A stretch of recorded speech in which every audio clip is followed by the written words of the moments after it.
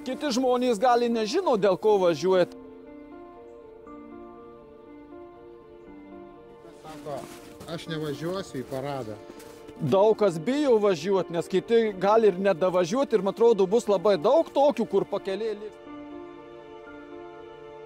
Nereikia pas mus kaime dabar liko pas 2. Pas 3. Pas 3 liko.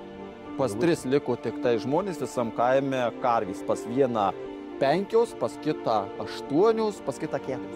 Vaikus reiks vežti į zoologijos sodą, kad karvutę pamatytų, nes kaimai viskas.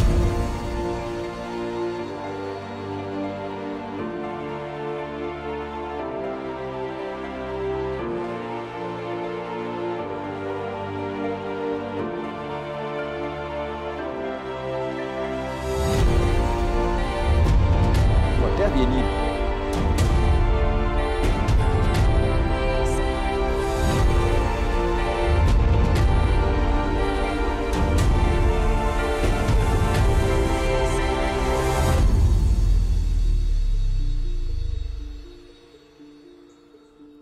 Tai ką, vyrai, perduotumėt Lietuvai?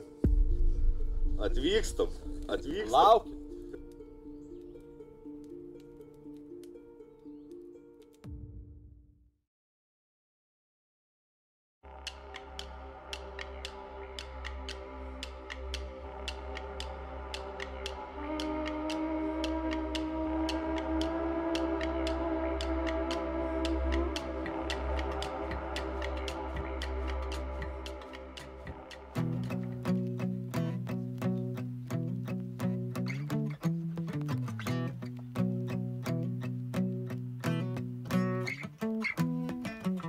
Ką ūkininkai galvoja?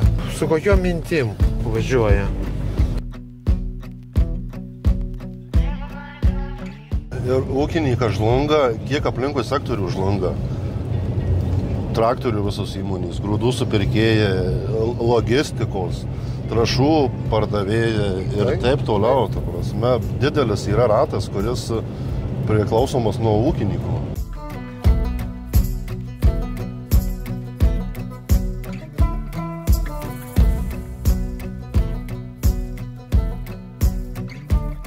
Ar užsipylė Linai balto kuro? Taip, pilnas bakas balto kuro ir kiek žinau, tai buvo lyg minėta net traktorius visiems įsipilt balto kuro ir iš kolonėlių pasimt čekučius. Apdruk pradėtų pakeliai tikryti. Nes jau ne žemės ūkio reikmėm mes visi važiuojam. Kai sugės viens kitą parsivilksim, čia galvos nesukam. Kiti žmonės gali nežino, dėl ko važiuoja, tai plakatų dasikabinum ant kitų transporto priemonių bus, gali daugiau tų, man atrodo, plakatų, apie viską bus parašyta. Kas sako, aš nevažiuosiu į paradą. Daug kas bijo važiuoti, nes kiti gali ir nedavažiuoti ir, man atrodo, bus labai daug tokių, kur pakelė liks, nes vis dėlto išeina kitiem yra, man atrodo, yra apie 250, man yra kilometrų. Tai drąsiai nuo Klaipėdos paimkite.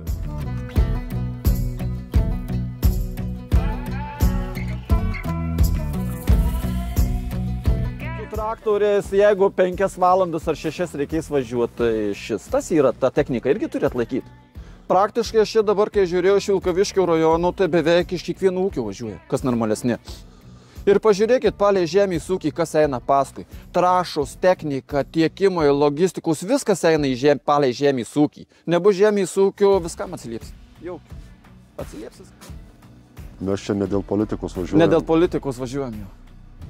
Nes kiek galima, jau čia ne pirmi metai tas toks. Tarkim, tokių protestacijų nebūtų. Pirmiausia, tai ministrą pakeisti.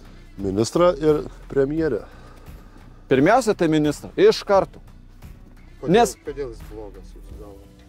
Kiek jisai dabar, kiek buvo išrinktas, jūs pasakykit, ką jis padarė žemės ūkiui. Aš jūsų klausimą užduosiu.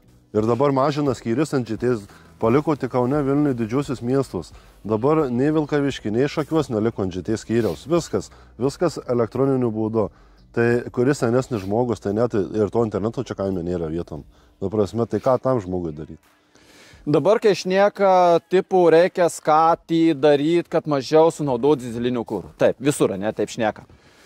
Bet Tai jau dabar daug skatina vežt grūdus, pavyzdžiui, su traktoriais. Traktorius kurų išdegys lygi punktų 2 kartus tiek, kai mašina. Jeigu nenorės važiuoti į kolonėlę baltos soliarkos pilt, važiuos su traktoriais. Kurų išdegys 2 kubai. CO2 didėja automatiškai. Bet niekam nedain. Tai va, varysim į Vilnių, važiuosim, žiūrėsim, kas bus. Miegosim, traktorius. Miegosim, šalsim. Valgyti žadėjau atvežti, arbatos lyg duos. Įsidėsim lašinių, arbatos dar jeigu kas.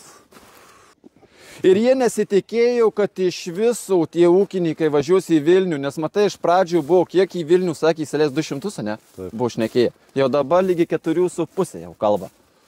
Ne, tai dar į fūrų, žinoma, miškovežį dasideda. Jo, bet aš manau, Jie nesitikėjo, kad jie ryšės važiuoti į ūkininkai.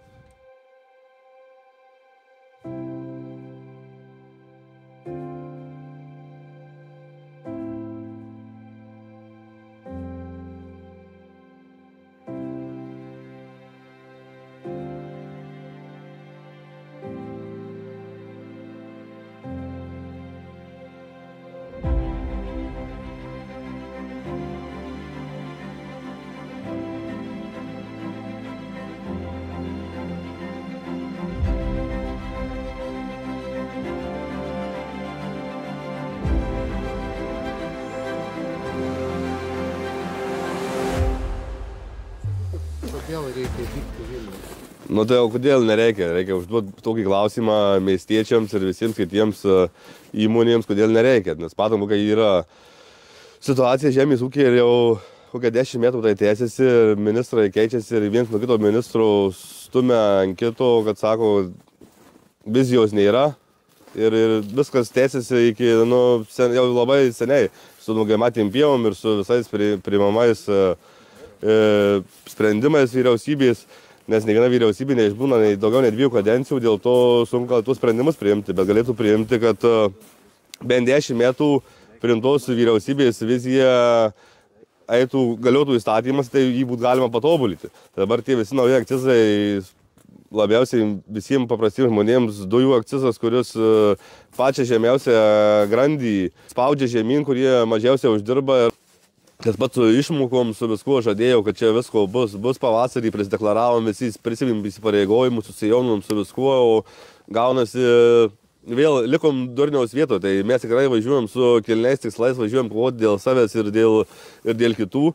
Tai mes norim irgi gyventi kaip ir kitos ES narės ūkininkai, kad turėtume vienodas sąlygas.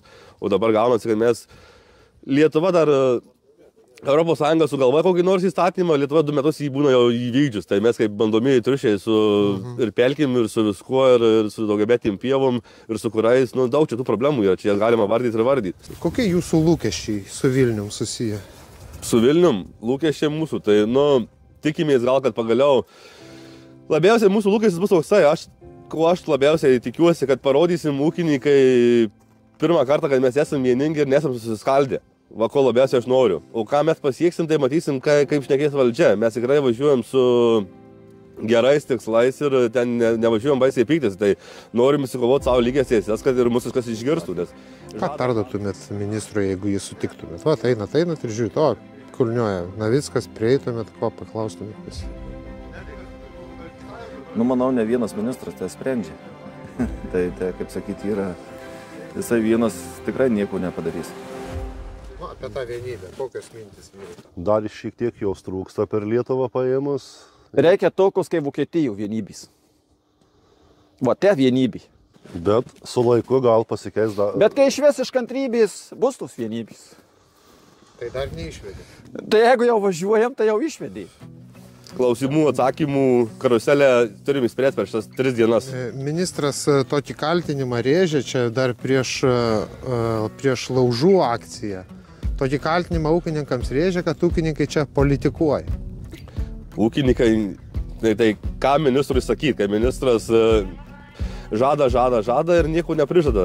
Pasirašysim tada, o sprendimų jokių, kad matyti kažkas, kad vyksta, nieko nėra, tai dėl to ir važiuojam. Bet man labiausias lūkestis, kad parodytume ūkininkai vienybę, suvažiuotų dantų traktorių daug, kad juos suleistų į Vilnių ir kad būtų, sakau, bent keli tūkstančiai ūkininkų, nes čia nėra svarbu, ar didelis ar mažas, čia visiems yra svarbu ir aktuali šita tema. Bet gerai, Paprastai tariant, reikia dėl to, kad ūkininkauti tampa vis sunkiau, nes kadangi išmokos sumažėjo paėmus iš hektarų 100 eurų, akcizą mažina, nuoma kyla, maždaug paskaičiavęs buvo, kad apie 300 eurų iš hektarų išlaidų gavosi vien dėl valstybės 300 eurų kažkur. Paskui dabar, kai žada kurą nuimti, tai vėl transportavimas iš laukų į sandėlį ar... Kas čia nulėmė? Kodėl mes taip skiriamės nuo vokiečių, nuo lenkų, net nuo rumūnų tų pačių? Lietuvių tauta tokia. Ko aš važiuosiu, kaimynas nuvažiuosiu. Pavydi gal šiek tiek, pavydus gal lietuviai esam. Pasiskaitykit Facebook'e. Da tiem ūkininkam blogai, su džipais atvažiuoja, da jie čia streikuot nori. Galiu garantuoti irgi, po šito viso streiko bus Facebook'os parašymą. Atvažiavo pademonstruoti, kaip tai paroda technikos būna. Taip atvažiavo pasirodyti, ką turi. Bet tai važiuoja žmonės su naujesne tą techniką, kad da važiuotų, gali įsitraukti, čia važiuotų, 80 kelintų, bet jis nedavažiuos lygi Vilniaus, paprasčiausiai su tokiais nevažiuoja.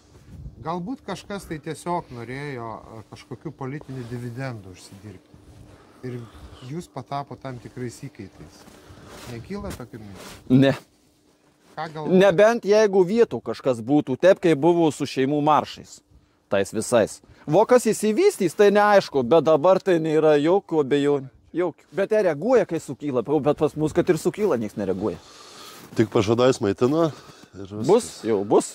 Tiem vokiečiam pasakytų, kiek mes gaunam išmokų iš nacionalinės ir kiek jie gauna ir kokius kainų supirkimų ir tai viskas toliau, tai jie ne tik streikuotų, jie turbūt ir nulygytų tą Berlyną. Tarkim, pieno kainų supirkimas, maži ūkininkai dabar gauna po 19 centų už pieno litrą, o stambios bendrovės, kurios stato po 15 tonų, po 20 tonų per parą, tai gauna 45 centus už litrą pieno.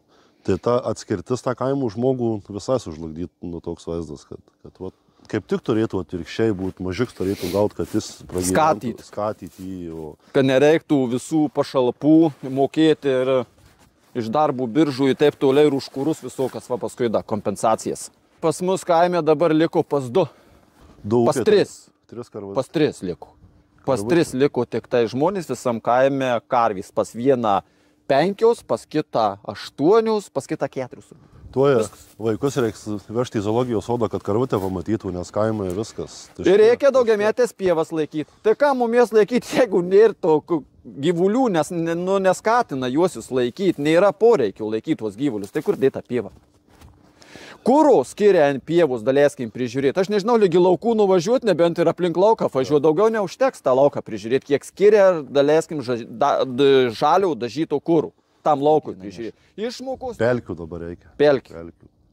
Nendrinukių ir pelkių. Dingo į taus. Kur žemėlapiuos praeitą metą buvo nendrinukiai sužymėta ir kada pasakė, kad šįmet bus didesnis išmokos ir aš buvau pasiryžęs deklaruoti, nes pas mane yra irgi pelkių su tom nendrinukiam buvo, nuėjau deklaruoti žemėlapius nei nuo paukščiukų. Dingo. Supraskit kaip nori. Užžymėjau, per visą Lietuvą dingo paukščiukai. Bet pinigų tai skyrė. Bet paukščiukai dingo. Bet 10 milijonų skyrė. Tai jie nusėdo, kur... Kam reik, tam jau nusėdo. Nusiminę ūkininkai grynai valdžios sprendimais. Žiūrėsim, kas čia bus per tą po to protestą. Bet Vaido, tai gal paprasčiau yra spjauti visą tą ūkį, parduoti viską, turėsit pinigų. Tai jei parduosi, tai vis tiek kažkas kitas turės dirbs, tai ir tiem bus tas pats. Bet jums bus geriau, lengviau, nereikės sukti galvos. O pardavus, tai vis tiek kažką turi veikti. Bet darbis nebūsi.